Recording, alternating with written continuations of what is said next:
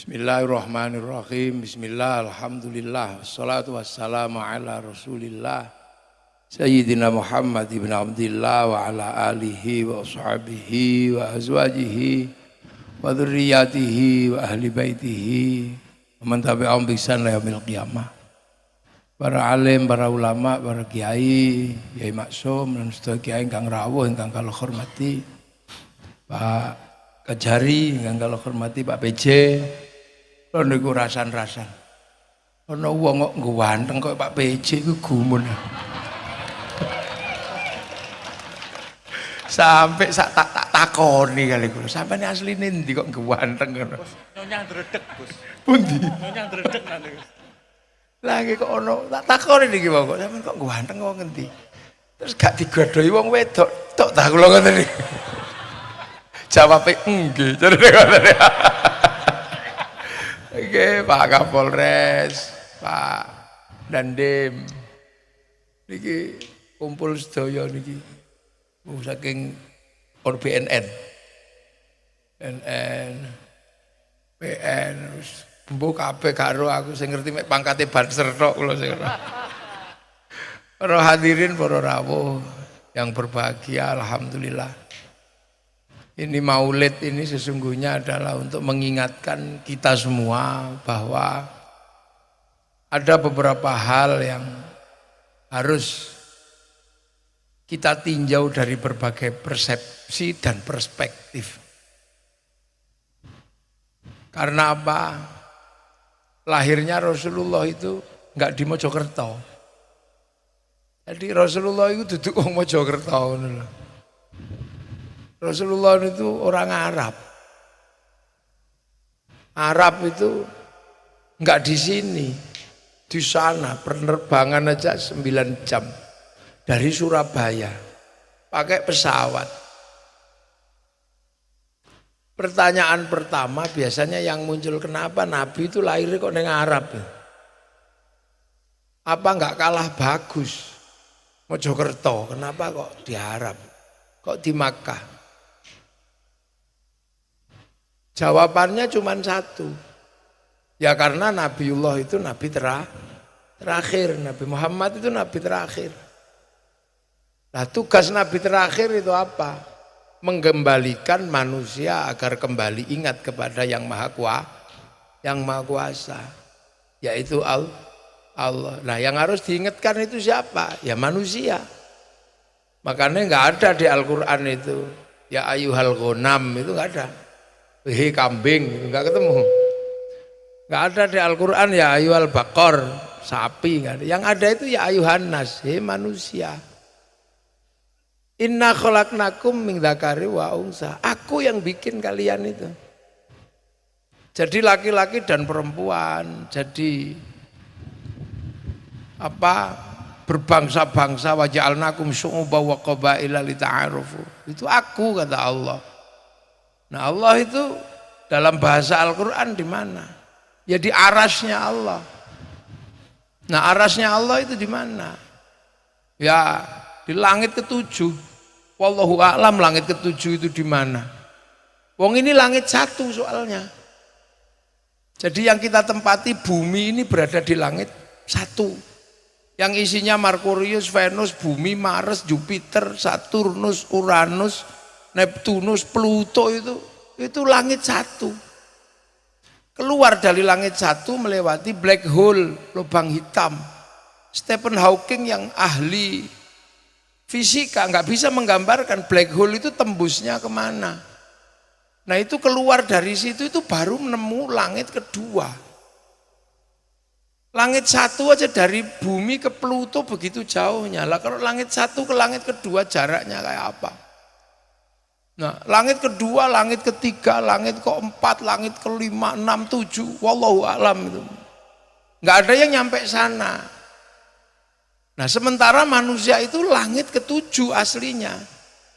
Jadi sampean-sampean ini bukan makhluk sini. Yang makhluk sini itu ya sapi, ya kucing, ada celeng itu makhluk sini. Penduduk langit sampean itu alien. Jadi the real alien itu ya manusia itu. Yang lain kan Kamakola kira-kiranya Hollywood. Yang real alien itu ya sampean itu. Makanya karena ketika turun ke sini ini adalah pendatang, penyesuaiannya agak lama. Sapi asli sini 3 hari makan sendiri, apalagi mentok. Mentok itu begitu netes renang. Lah manusia karena enggak asli, penyesuaian habitatnya lama. 9 bulan aja masih belum bisa apa-apa. Tapi karena memang alien ya gedenya paling rakus. Kalau kecil dikasih minum susu, banter dikit melet-melet. Kalau udah besar, arak ya masuk. Bir bintang masuk. Ya kecilnya dikasih makan pisang, besar dikit udah melet-melet. Tapi dasar alien begitu gede, aspal juga masuk. Enggak, nanti diurus Pak Kajari itu kalau aspal-aspal yang doyan. Lah itu manusia, makanya dunia ini kalau yang paling rakus ya manusia. Sungai itu enggak ada manusia aman, begitu manusia datang habis itu ikan. Hutan ditunggui harimau sekian ribu tahun enggak ada masalah, manusia yang datang hutan habis. Gunung Penanggungan habis ya karena manusia. Itu ke arah Cawas apa? Trawas itu habis juga karena manusia, batu aja dimakan.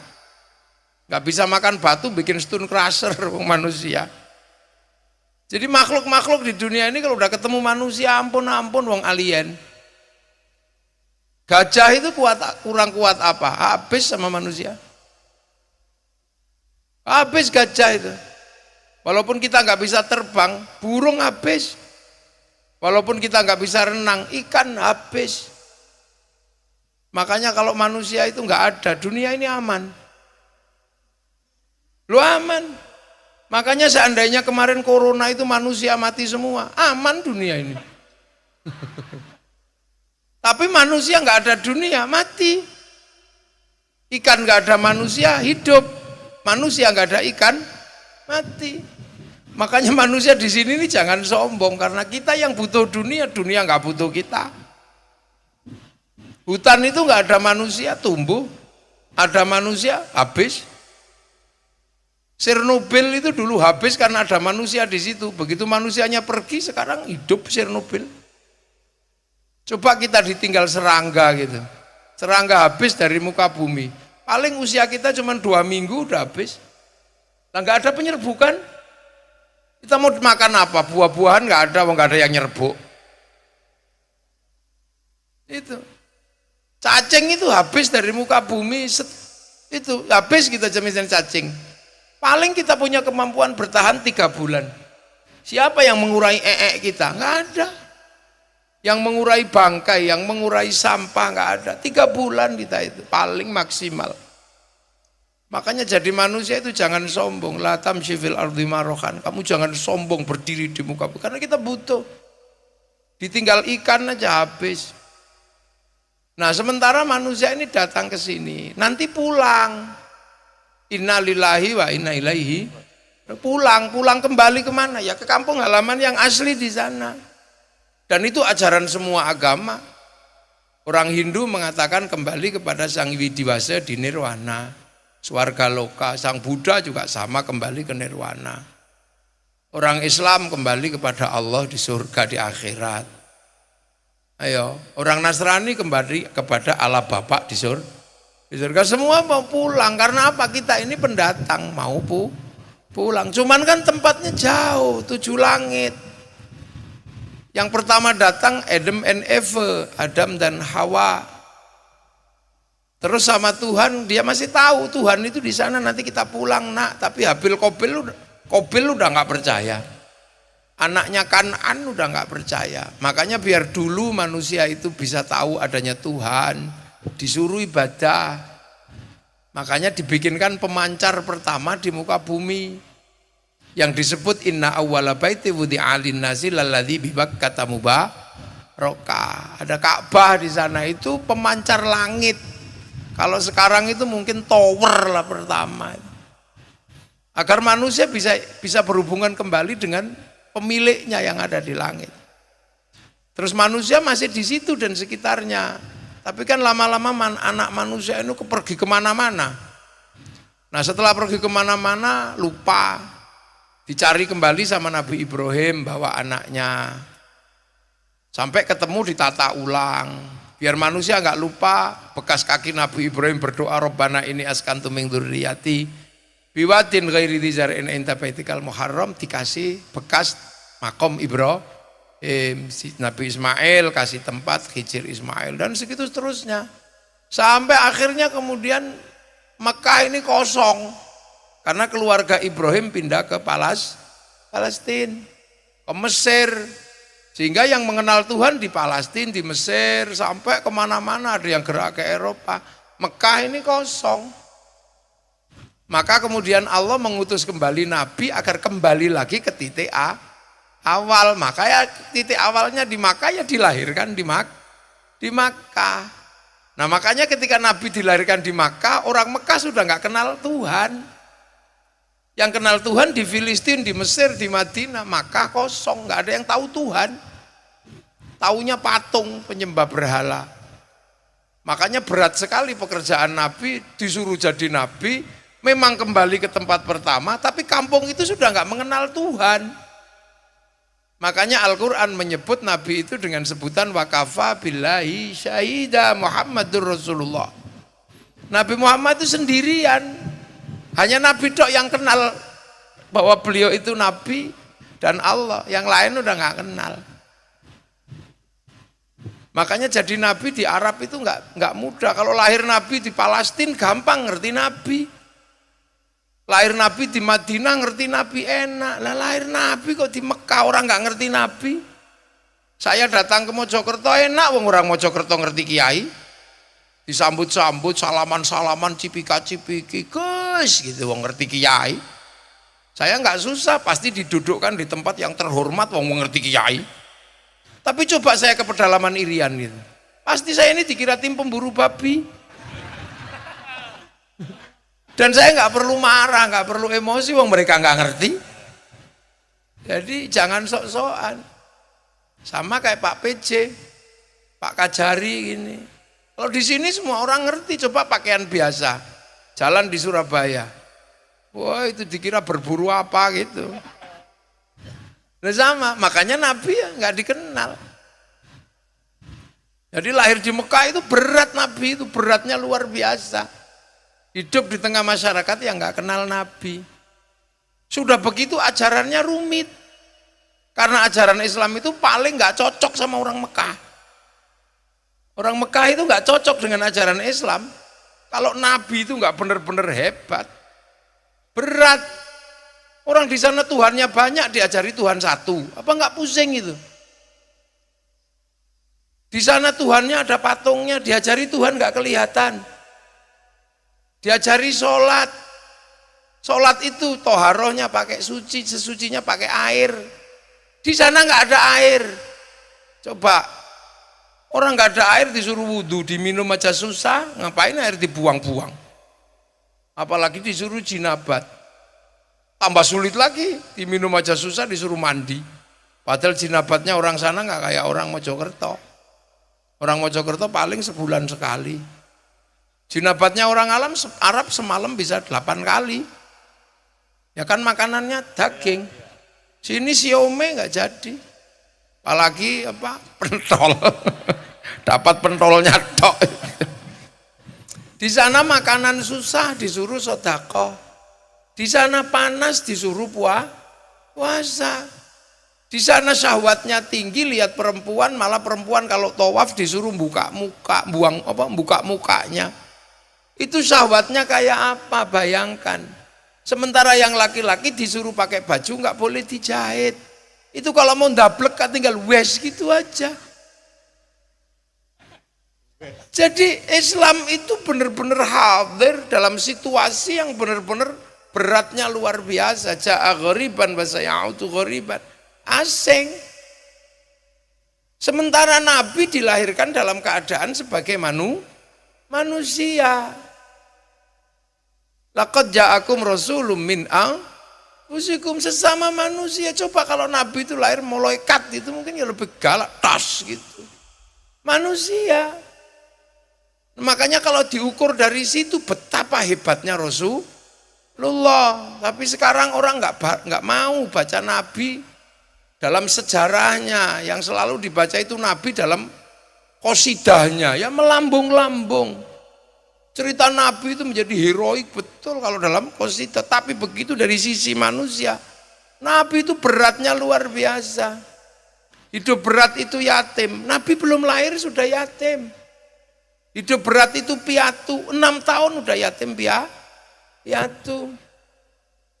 Hidup berat itu ikut kakek, Nabi ikut kakek. Kalau hidup berat itu adalah ikut paman yang miskin. Kalau hidup yang berat itu harus beternak, survive di waktu kecil, Nabi sudah pelihara kambing. Kalau harus berdagang itu berat, Nabi sudah berdagang. Kalau hidup yang berat itu adalah hidup karena cintanya nggak kesampaian.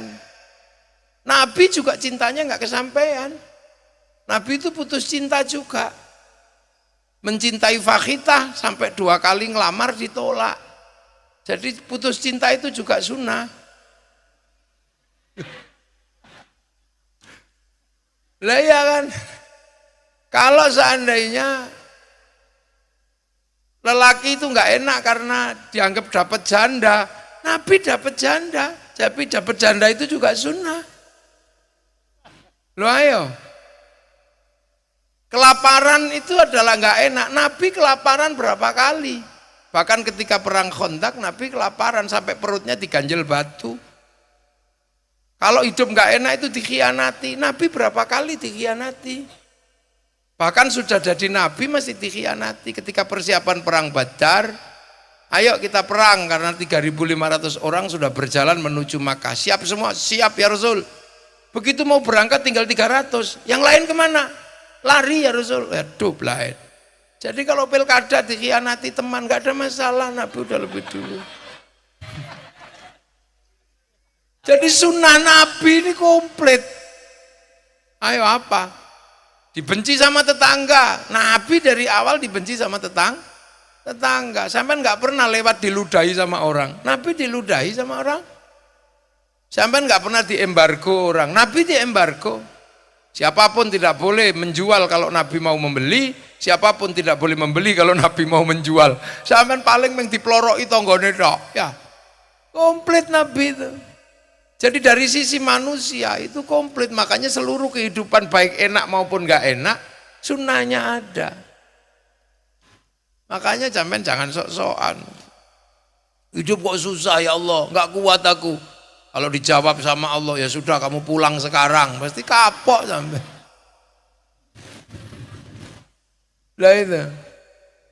Nah itu makanya Nabi itu mengalami fase kehidupan yang luar biasa berat. Tapi Nabi mampu mengemban visi kenabian yang tadinya nggak ada air suruh jinabat mau, panas mau suruh puasa, Tuhan banyak bisa diajari Tuhan satu. Dari sisi itu orang-orang bukan Islam pun mengakui betapa hebatnya Rasulullah. Tapi kalau membicarakan Rasulullah dari sisi manusia bisa dibully kita itu sekarang. Saya pernah dibully gara-gara membahas Nabi dari sisi manusia. Padahal laqad ja'akum rasulun min anfusikum. Tapi bedanya Nabi azizun alaihi ma'anittum harisun alaikum bil mu'minina raufur rahim. Semangatnya luar biasa untuk mencintai. Karena apa? Mengembalikan manusia kembali ke jalan Allah rahmatan lil alamin. Makanya setelah itu Rasulullah mampu. Akhirnya punya teman yang banyak. Disebut walladzina ma'ahu. Orang-orang yang hidup bersama Rasulullah. Yang gak terima disebut kufar. Setelah itu konflik. Langsung rukun, terjadi rekonsiliasi. Ruhama'u bainahum tarahum ruka'an sujadai yabtaghuna fadlan minallah wa ridwanan simahum fi wujuhi min atharis sujud. Terjadi rekonsiliasi saling mengasihi, yang tadinya kafir menjadi muslim, yang tadinya muslim tetap yang tadinya mu'allaf, punya anak masih mu'allaf, baru punya anak mukallaf. Yang dari kecil mukallaf Sayyidina Ali, rukun di antara mereka. Jadi satu, Abu Bakar nggak pernah ribut lagi sama siapa? Budaknya yang namanya Bilal, semuanya rukun, saling menghargai. Nah itu kemudian terjadi sebuah konsep kehidupan yang disebut dengan masyarakat madani. Masyarakat yang hidup secara merata, setara, sepenanggungan, nggak ada kasta, nggak ada kelas, nggak ada apa, semuanya menyatu. Itu pelajaran dari Rasulullah. Bilal yang kulit hitam pun bisa naik ke atas Ka'bah adzan karena Bilal paling bagus suaranya dan ketepatan waktunya Bilal nggak pernah geser. Khalid bin Walid yang tadinya musuh Islam masuk Islam jadi panglima perang. Jadi itu rekonsiliasi besar. Jadi Nabi ini merekonsiliasi ruhama ubainahum. Nah setelah ini terjadi rekonsiliasi, Islam digambarkan akan pergi. Pergi kemana? Keluar dari Jazirah Arab. Dzalika mathaluhum fit Taurat wa mathaluhum fil Injil kazar'in. Islam itu digambarkan nanti itu seperti tanaman. Maka dan ditanam di mana-mana setelah oleh Rasul, ditanam ke Eropa oleh Tariq bin Ziyad. Ada yang dibawa ditanam ke Cina oleh sahabat Sa'ad bin Abi Waqqas. Ada yang ke Afrika sahabat Bilal, sahabat Salman. Konsepnya apa? Zar'in. Makanya ketika dibawa ke sini para wali menyebut Islam itu seperti tanduran, lir-ilir tandure wusu. Tandur, kenapa tandur? Karena bahasa Arabnya zar'in itu tanduran, makanya orang sini nandur. Ditandur di mana? Ya di sini. Di mana? Di bumi Majapahit, karena waktu itu penguasa terbesar di Nusantara itu Majapahit. Tempatnya di mana? Mojokerto. Jadi Mojokerto ini pusat kekuasaan terbesar, imperium terbesar yang menguasai hampir sepertiga dunia waktu itu. Jadi nggak main-main jadi orang Mojokerto ini. Nggak boleh orang Mojokerto melupakan bahwa kita ini pernah punya negara besar namanya Majapahit. Cuman kayak gini nggak ada lagi yang nyeritain. Semua orang menceritakan bangsanya masing-masing. Orang sini malah suka menceritakan bangsa orang. Ada beberapa orang yang selalu menceritakan kakeknya di Yaman, lupa punya kakek di Indonesia. Tiap hari ada yang Isra Mi'raj 70 kali, ada yang ini menceritakan. Yang Ikhwanul Muslimin lebih suka menceritakan bangsa Mesir, yang Hizbut Tahrir lebih suka menceritakan bangsa Filistin. Padahal bangsa-bangsa besar itu selalu menceritakan bangsanya. Amerika kenapa besar? Karena dia menceritakan bangsanya. Bagi yang nggak tahu sejarahnya diceritakan oleh Hollywood. Mulai dari Wild West sampai The Last of the Mohican diceritakan. Gagal di Vietnam dia bikin Rambo 1 sampai 6. Gagal dengan Irak dia bikin Hot Shot 1 sampai 2. Gagal dengan terorisme bikin 12 Strong. Cina membicarakan bangsanya dari dulu, sejarahnya diceritakan mulai ular hijau sampai ular putih. Dari Wung Fei Hung sampai Sun Gokong diceritakan. Ya kan? Amerika kalah dengan Cina, bikin American Shaolin, American Kung Fu. Dikalahkan secara spiritual oleh Jepang, American Ninja, American Samurai. Bahkan Amerika nggak malu bikin film samurai terakhir dari Amerika namanya Tom Cruise dalam film The Last Samurai. Loh ya kan? Loh sampean, lo tepuk, gak usah sungkan-sungkan nepuk kiai iki ya oleh kok. Mbok pikir kiai iki bodoh ngono apa ngawur ae. Ya update kok kiai kok ora ngerti. Wong ini bangsa kok. Jepang paling berat karena harus nanggung dumping. Produk dalam negeri lebih mahal daripada di luar negeri. Semangat Bushido dibangkitkan dalam film-film samurai. Bahkan agar bangsanya nggak konflik diselesaikan dalam kisah sequel yang sangat indah dalam film Samurai X dengan tokohnya Rurouni Kenshin. Loh, ya kan? Malaysia nggak mau bangsanya tercerah belah. Maka Malaysia menyerahkan kembali bangsanya pada si Upin dan si Ipin. Si Upin dan si Ipin nggak boleh ribut sama anak-anak India. Maka dikenalkan tokoh kecil namanya Charjit. Dia nggak boleh ribut dengan anak-anak Cina, kenalkan Mei Mei. Dia nggak boleh ribut dengan anak-anak Indonesia, kenalkan Susanti.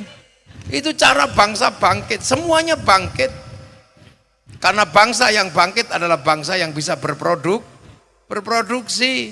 Nah, produksi itu butuh konsumsi. Konsumsi terbesar pasti konsumsi dalam negeri. Konsumsi dalam negeri berbanding lurus dengan rasa cinta pada bangsa dan negara. Makanya anak-anak sekarang ini dibikin gak cinta pada bangsanya. Dibikin cinta pada Eropa, dibikin cinta pada Filistin, terlalu berlebihan. Merah putih kalah sama bendera Filistin.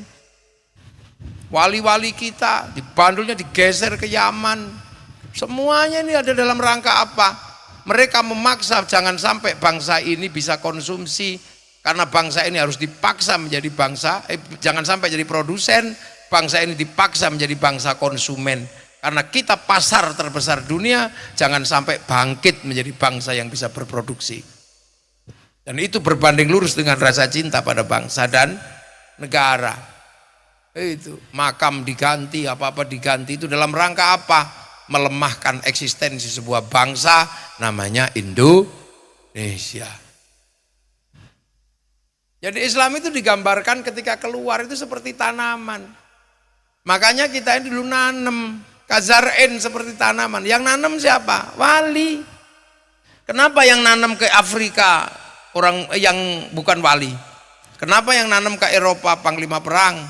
Kenapa yang nanem ke Cina sahabat Sa'ad? Tapi satu-satunya yang unik itu yang nanem ke Indonesia itu wali. Kenapa wali? Karena di sini Majapahit.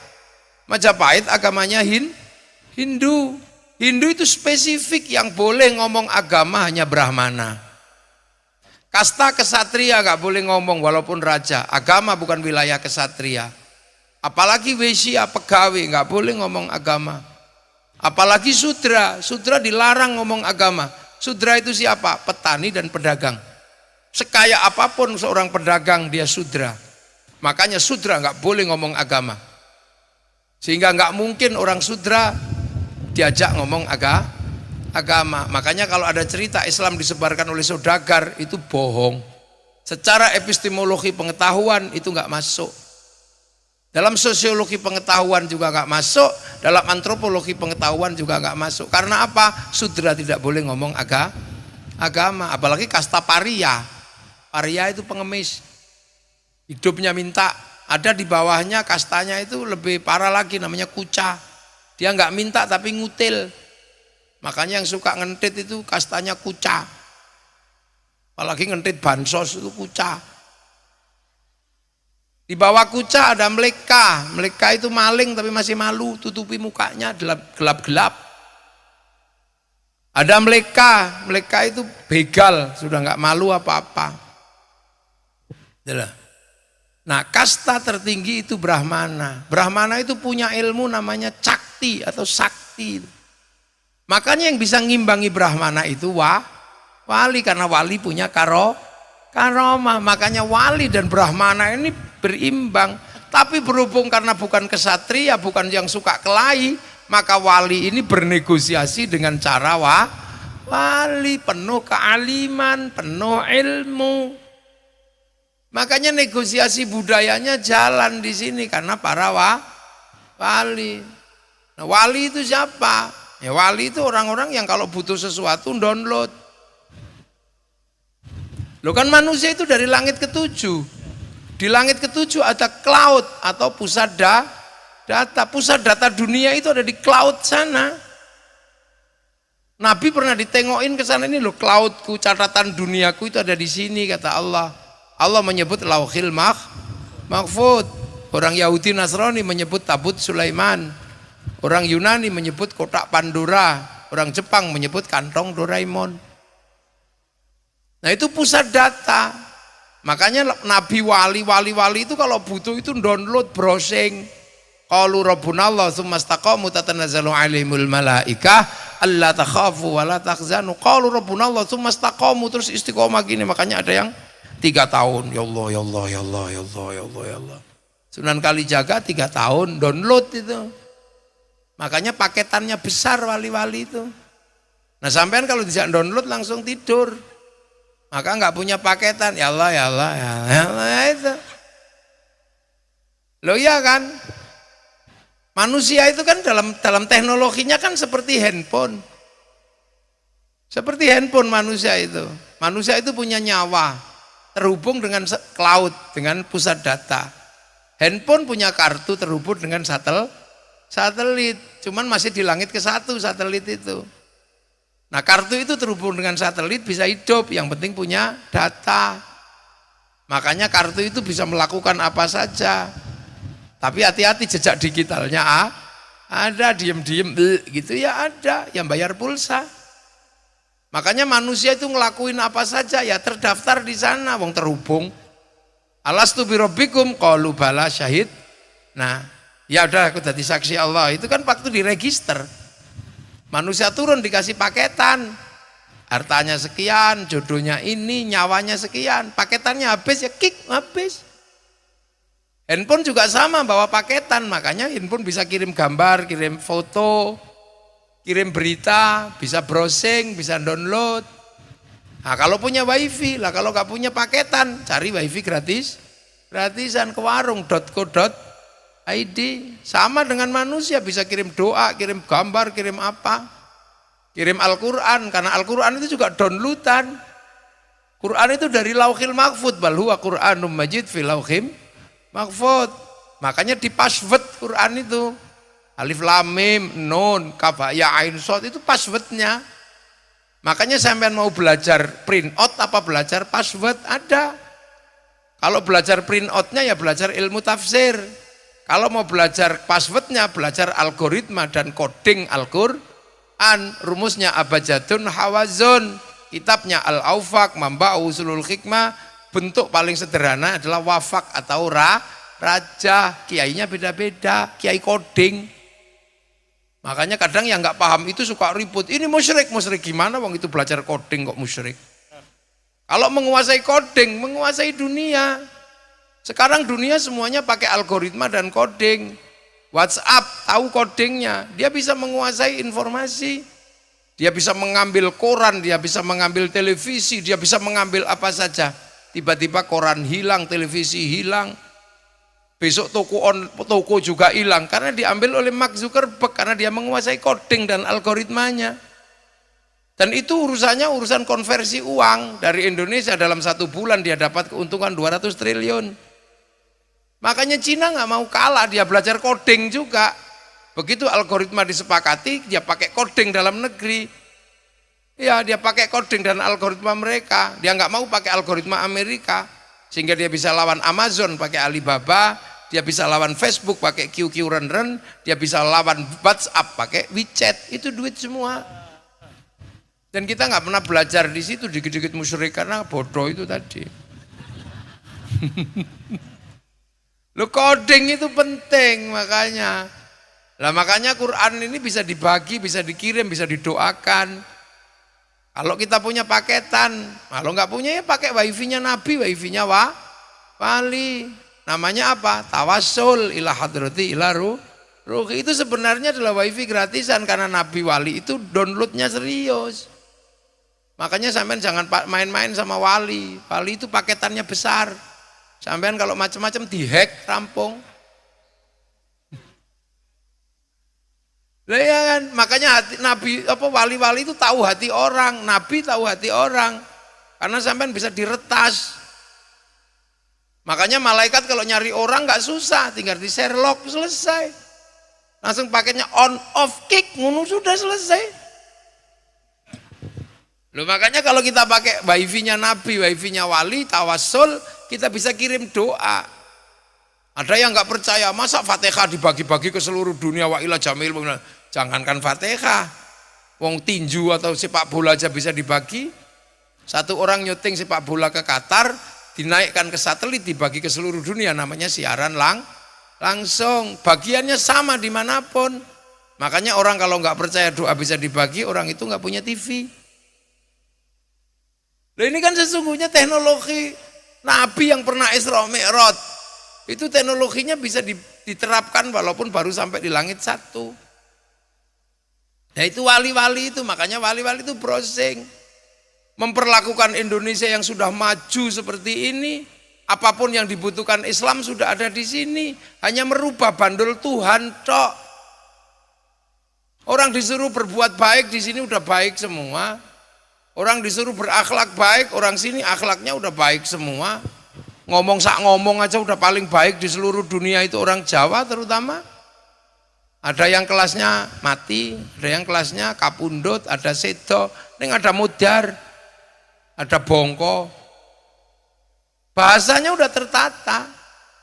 Ada yang tidur, kalau Pak PJ ya sare, Pak Kajari nendro, yang di depan ini sare semua, nendro. Nah tapi kan ada yang kelasnya mijak, ada yang batang, ada yang dekok, iya kan, ada makan, ada yang kelasnya dahar, ada yang kelasnya nedo, wong sing kelasnya badok, jeglak, nguntal kan. Itu bahasa di dunia, itu bahasa kita yang paling komplit. Makanya Belanda paling pusing ketika belajar bahasa Jawa dulu. Dirangkum dalam sebuah kamus bahasa Jawa kuno oleh P. Usut Mulder. Zaman harus baca itu. Jadi makanya wali-wali nanem ini tanah sudah bagus. Diajari berbeda-beda tapi saling rukun. Ayo, kita sudah punya Bhinneka Tunggal Ika, diajari bertata negara, kita punya negara Kertagama. Makanya wali-wali udah nggak ngurusi pertanian, wong di sini ahli pertanian, nggak ngurusi perdagangan karena di sini orang ahli dagang. Yang diurusi apa? Memindah bandul dari Brahmana ke para wali, dan itu butuh karomah dan sakti ketemu. Untuk urusan tanam ya ditanam biasa aja. Saya yang mestinya syekhun ustadzun ditanam menjadi kiai, walaupun berdampingan sama kebo Kiai Slamet nggak apa-apa, tombak Kiai Pleret ya nggak apa-apa. Musola ditanam langgar, ilmidun muridun santri, Allah pangeran, Nabi Kanjeng, walaupun ada Dimas Kanjeng nggak apa-apa. Nah, seperti sekarang orang biasa aja menyebut Mio adalah Honda, nggak ada masalah. Hondamu apa RE King nggak apa-apa. Nggak apa-apa orang sini menyebut Le Mineral dengan sebutan Aqua, nggak masalah. Seluruh pembalut disebut Softtek, nggak ada orang protes. Seluruh pompa air disebut Sanyo, nggak ada protes. Bahkan kadang kita lebaran disuguhi kongwan, begitu dibuka rengginang nggak ada masalah. Itulah Indonesia, wong Jawa. Makanya ngono ora paham, ora Jawa. Makanya wong nek ora Jawa iku ora gampang paham. Mulane sampeyan aja pisan-pisan ngetutno sing ora patek Jawa. Ini delokon kok lak wis ana sing mbuli ning medsos. Wah, Kiai Jawa jadi lha ya sapa? Memang orang-orang enggak pede itu ya begitu. Lah itu makanya kazar'in seperti tanaman ditanam. Apa aja yang dari Rasulullah ditanam. Setelah ditanam dengan berbagai tanaman, rukun iman, rukun Islam sudah jalan. Syahadat ditanam dengan sekaten, syahadaten. Sholat wong ditanam di sini ya gaya sini. Namanya orang sholat di sini itu kan jam-jamnya masih banyak jam di sawah. Zuhur, asar ya ditungguin. Zuhur mestinya 11:30 bisa mundur 11:30 biasa. Robbana ya Robbana. Masih belum datang ya tombo hati. Pak Tarom ya gitu. Masih nggak datang baru diuruki anjangnya jalan. Habis sholat zikir la ilaha illallah. Loh kenapa pakai gedek-gedek? Ya ini nanam zikir. Kenapa gedek-gedek? Lah orang sini kalau nggak gedek ngantuk. Kenapa bunyi? Ya biar dengar bisa menirukan. Zakat yang menggunakan cara sini, makanannya nasi ya nasi. Beras zakatnya, puasa. Orang sini puasanya nggak khusyuk karena kalau keluar rumah lihat makanan, kalau di Arab lihat padang pasir kalau orang mau makan. Makanya daripada kamu nggak khusyuk tidur aja. Maka hadis yang paling terkenal naumuso imin tidurnya orang puasa itu ibadah lah. Begitu tidur terus nggak bangun ya dicarikan mercon, udah gitu aja. Dar tuar. Jadi perangkat agama itu termasuk mercon. Makanya Pak Kapolres gak usah galak-galak sama orang yang suka merconan. Anak Pak Kapolres ini. Mercon itu perlengkap. Kalau teroris ditangkap, kalau mercon kan hiburan. Di tempat saya kalau nggak ada mercon udah pusing itu. Mercon. Termasuk bangunkan orang sahur, tok-tek, sahur. Gak tangi-tangi ya sahur, gak sahur sak karepmu. Habis lebaran halal halal ya orang sini kenapa? Karena hidupnya komunal, setiap hari ketemu, ada yang eeknya, mentoknya di tempat tetangga. Haji ya sana sini. Wong jauh ya nempelkan dulu gambar Masjidil Haram, aku besok mau ke situ gitu. Begitu mau berangkat bikin Ka'bah palsu di alun-alun Mojokerto. Labbaik Allahumma hajjan. Niatnya beneran, Ka'bahnya triplek, itu biasa. Habis itu diantar orang sekampung ke asrama haji, yang pergi masuk asrama, yang antar ke kebun binatang, kan udah biasa. Lah, itu konsep di sini zarain tanaman. Yang nanam itu ya dicagai biar nggak tumbang. Terus ya dipupuk, ya diragati, dibiayai. Makanya di sini mulutan ya dibiayai, Isra Mi'raj dibiayai. Pembiayaan agama terbesar itu ada di Indonesia. Di Arab nggak ada, semua dipikir negara. Rakyatnya nggak mau biayai tanamannya. Di Iran, di Irak, di Suriah semuanya dibebankan pada negara. Sini enggak, wong kita yang nanam kita biayai sendiri. Sekali-sekali aja dibiayai sama Pak PJ sama Pak Kajari. Tapi pembiayaan terbesarnya ada di masyarakat setiap malam, setiap hari. Itu perputaran uang bulan Maulid aja berapa ratus miliar itu sak Mojokerto. Sekali acara gini 100 juta nggak cukup. Itu belum sangguni kiai ini. Tapi apa yang terjadi? Kerukunan terjaga, roda ekonomi berputar. Udah coba. Itu indahnya Indonesia. Coba kayak gini dibebankan terus sama bupati atau kajari, bangkrut. Makanya rakyat membiayai pembiayaan agama terus, itu nggak pernah berhenti. Nah setelah itu ya menata tanamannya ditata. Setelah menata tanamannya, nata manusia dan lingkungannya.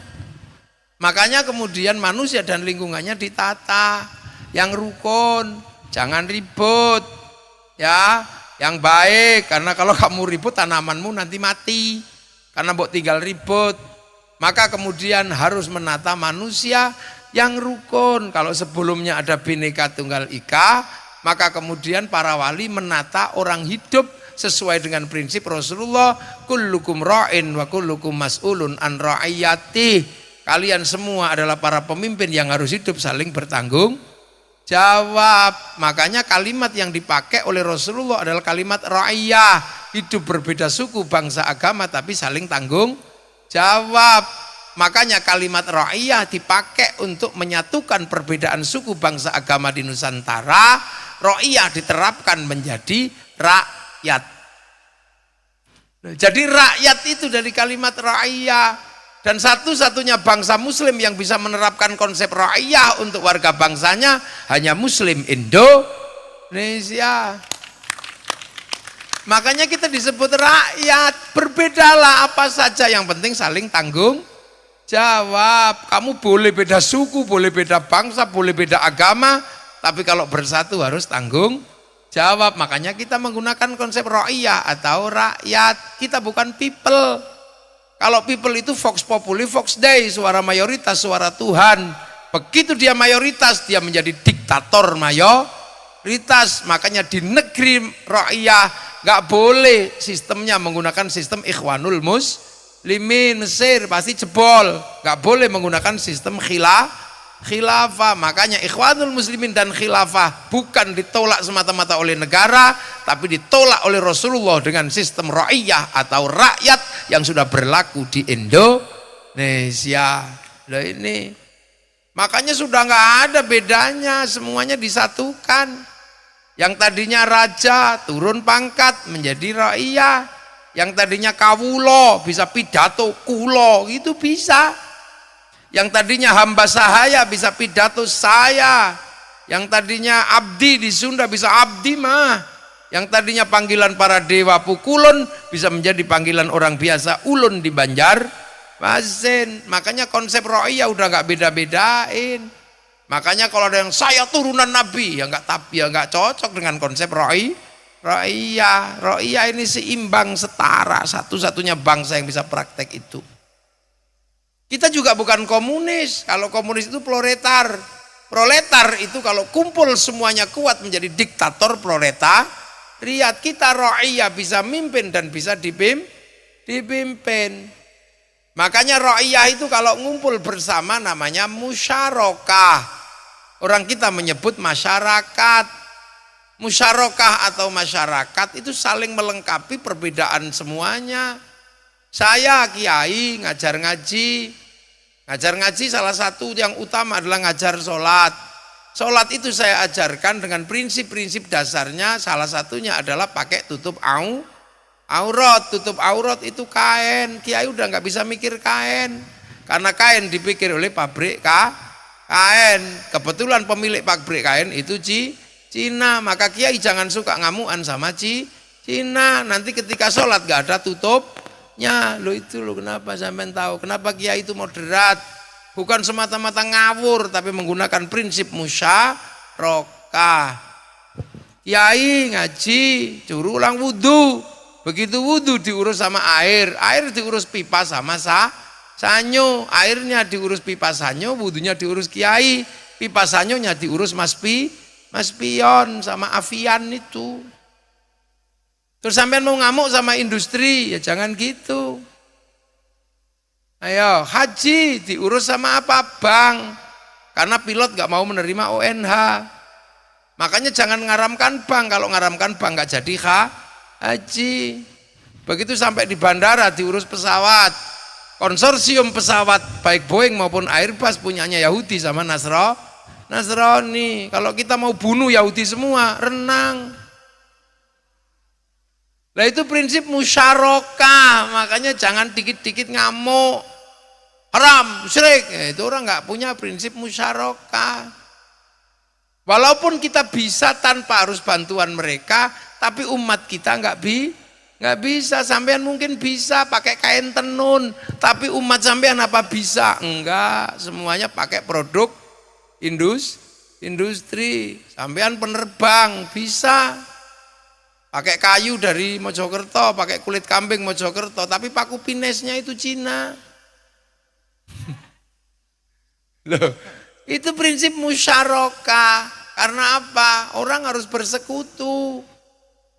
Nah prinsip itu berjalan di Indonesia, di Nusantara waktu itu. Nah kalau kemudian sampean mau bersekutu untuk membangun konsensus bersama, lakukan pembicaraan yang baik, wasyawirhum fil amri, maka lahirlah konsep musyawarah. Nah kalau mau musyawarah, ya harus dengan prinsip ro'iyah atau rakyat, berbeda-beda saling tanggung jawab. Prinsip ro'iyah itu apa kalau mau musyawarah? Ya ben mau jadi kepala desa, yang daftar yang penting. Gak usah bilang saya keturunan ini, gak penting. Yang penting kamu daftar pasti diterima. Setelah itu cari teman yang banyak, kalau nggak bisa nyari beli, udah gitu aja. Loh enggak, itu kan demokrasi prosedural. Sampean mau jadi DPR, ya udah yang penting daftar. Nggak usah bilang aku agama kusuk, nggak usah daftar. Kalau punya teman ya cari teman, kalau nggak punya teman beli. Mau jadi wali kota sama, mau jadi bupati sama, nggak ada peduli kamu sukunya apa, agamanya apa. Terbuka ruang bebas, ro'iyah bisa berkompetisi untuk apa? Terlibat dalam perwakilan musyawarah. Ya cuman hati-hati, namanya jangan politik, tapi jer besuki mawa beyo gitu aja. Ragat Pak polisi sama Pak tentara nyarinya susah. Pak Kajari nggak akan ketemu, wong namanya uang bensin. Kalau diterima kiai namanya bisyaro. Kalau diterima masjid namanya sumbangan. Jadi nggak usah ribet. Pokoknya kalau namanya bisyaro nggak usah dicari-cari. Kalau namanya sudah uang bensin nggak usah dicari, nggak ketemu. Nah, itu musyawarah. Makanya prinsip itu berjalan di daerahnya para wali. Makanya teritorinya disebut wilayah, karena yang nata itu semua adalah para Wali. Dan teritori itulah yang sekarang kemudian kita kenal dengan nama NKRI, Negara Kesatuan Republik Indonesia. Bedanya di mana dengan yang lain? Arab satu bangsa pecah puluhan negara, Cina satu bangsa pecah puluhan negara, Afrika satu bangsa pecah puluhan negara. Tapi kita puluhan bangsa, suku dan agama mampu bersatu dalam satu negara kesatuan Republik Indonesia. Loh, itu bedanya. Makanya kalau sampai negeri yang mencontoh Rasulullah paling kompleks dan paling konkret itu Indonesia. Saudi ditinggal Rasulullah kembali jadi kerajaan. Arab dan sekitarnya, Yaman dan sekitarnya sana menggunakan prinsip komunis. Kita sendiri yang menggunakan prinsip ro'iyah sampai hari ini. Makanya di sana tawur, di sini rukun. Makanya ibarat tanaman tumbuhnya paling banyak dan paling bagus di Indonesia. Akhraja syat'ahu fa'azarahu fastagladhu fastama'ala suqih yu'jibu zurru'a liyaghidhu bihimul kuffar. Tanamannya paling bagus di Indonesia. Orang sholat paling banyak Indonesia, orang haji paling banyak Indonesia, orang hafal Quran paling banyak Indonesia, masjid paling banyak Indonesia. Hari ini tanaman paling banyak. Makanya jangan macam-macam sama kita Indonesia. Orang nggak ada yang ngomongin ini karena malu, takut. Karena ada sekarang itu orang yang lebih Arab mengklaim Indonesia itu miliknya. Jadi kita lebih sungkan sekarang. Merah putih kakek kami yang buat. Kakekmu yang mana? Pulau Indonesia anaknya Tarim. Tarim itu di mana? Negeri bangkrut kayak begitu kok diunggul-unggulkan terus, gak ada habisnya. Aspal aja gak ada. Itu kayak masuk ke hutan dari Dawar Blandong itu. Ya jangan gitu. Kita ini semuanya harus tahu Islam itu sudah berkembang kemana? Mana? Kan gitu. Makanya Bung Karno dulu ketika habis Hitler jatuh tahun 48, Bung Karno dipaksa ikut Amerika apa ikut Soviet. Bung Karno enggak, kami di tengah. Kami punya Pancasila. Bung Karno pidato di sidang tahunan PBB.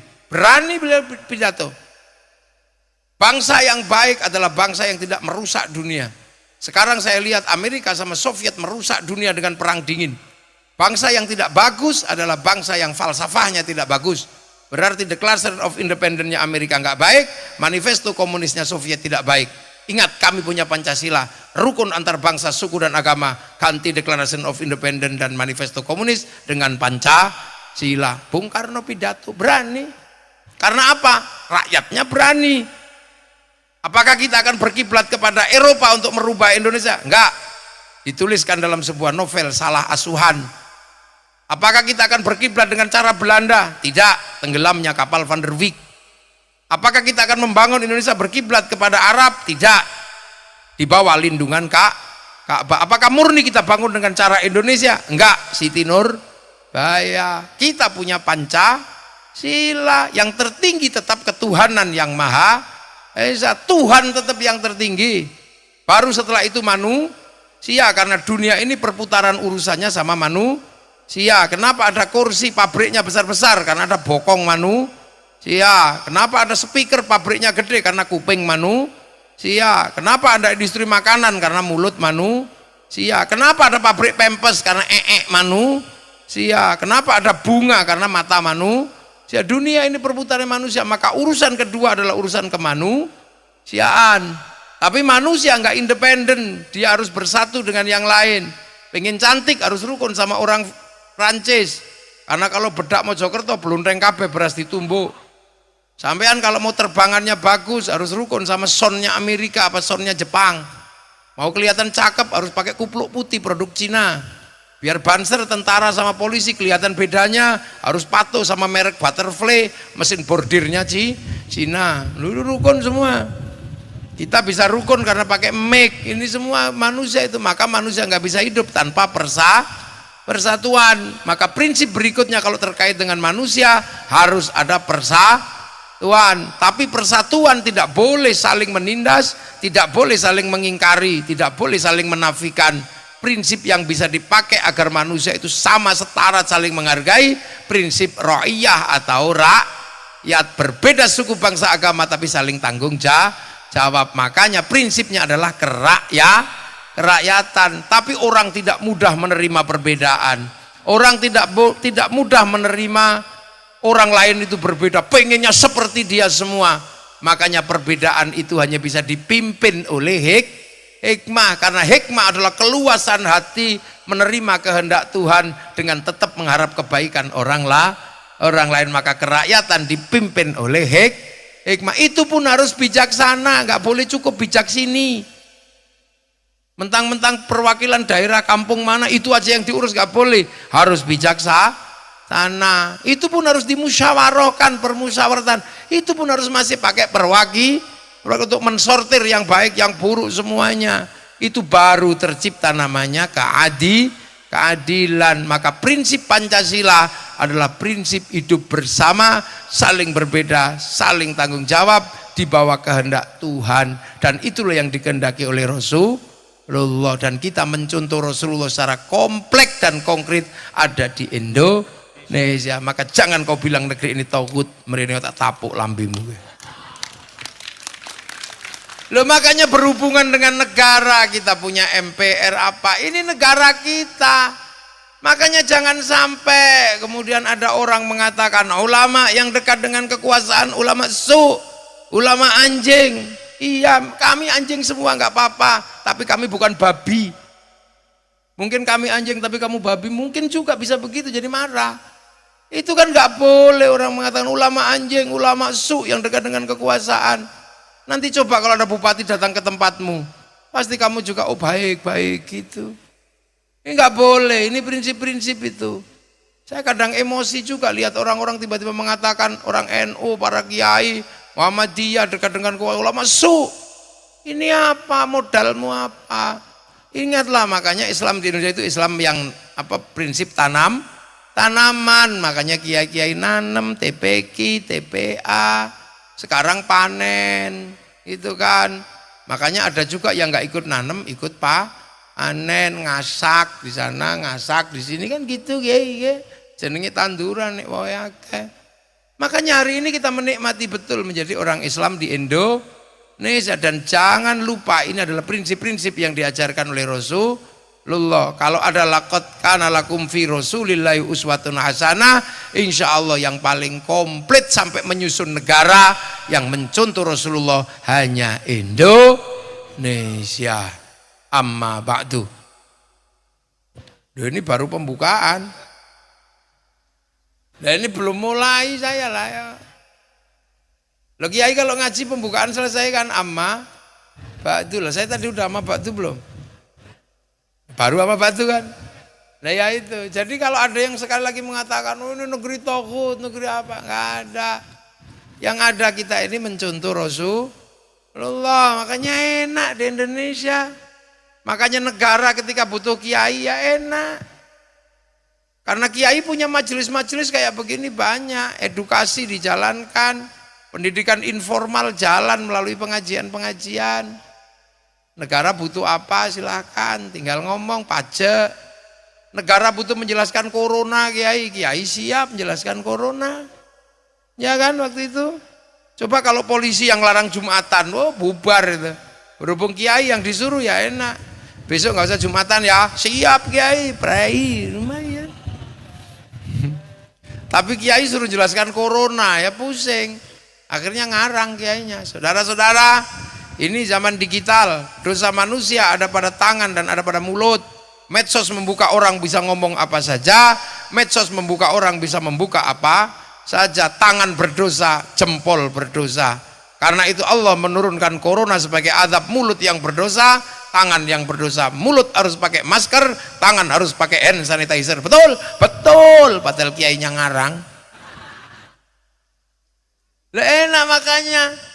Negara terancam terorisme, kiai semua ngomong terorisme. Negara terancam oleh bahaya-bahaya apa? Bunyi semua. Sekarang begitu negara terancam karena perilaku orang yang mau mengklaim semuanya Indonesia miliknya. Bendera merah putih 17 Agustus semuanya miliknya. Kiai juga nggak tinggal diam, bunyi semua sekarang kiai. Walaupun kelihatannya kemarin berteman karib, sekarang kalau keliru ya bunyi semua. Ini tanaman sini. Itu bunyi semua kiai-kiai. Kiai Toreko ya bunyi, Kiai Langgar ya bunyi. Kok tiba-tiba Indonesia milik mereka ini gimana ceritanya? Dibongkar semua, maka ada ribut nasab, ribut apa? Karena kalau terkait Rasulullah dan sampai hari ini ilmunya namanya ilmu syajarah. Ilmu syajarah itu artinya ilmu pohon. Pohon itu pasti akar, dahan, daun dan pohonnya sama dengan buahnya. Karena pohon itu rumusnya sama, nutfanya sama, buahnya sama. Ini katanya akarnya ini, pohonnya ini, kok buahnya beda. Jangan-jangan setek, itu kan cuman gitu aja. Makanya terus dicari ini setek apa bukan, nah, jangan marah. Nah, itu yang dialami oleh para kiai.